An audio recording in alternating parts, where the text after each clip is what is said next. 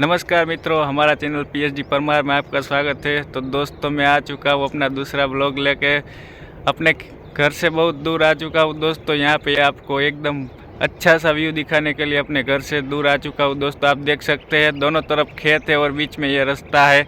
एकदम बहुत बढ़िया लग रहा है दोस्तों। मैं आपको चारों तरफ दिखा देता हूँ। आप देख सकते हैं यहाँ पे चारों तरफ एकदम हरियाली हरियाली और एकदम बहुत बढ़िया व्यू लग रहा है आपको।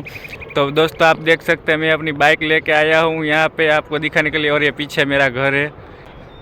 चारों तरफ हरियाली हरियाली है, आप देख सकते हैं दोस्तों।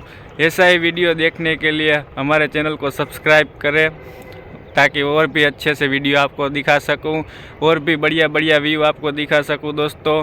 तो प्लीज़ हमारे चैनल को सब्सक्राइब करें।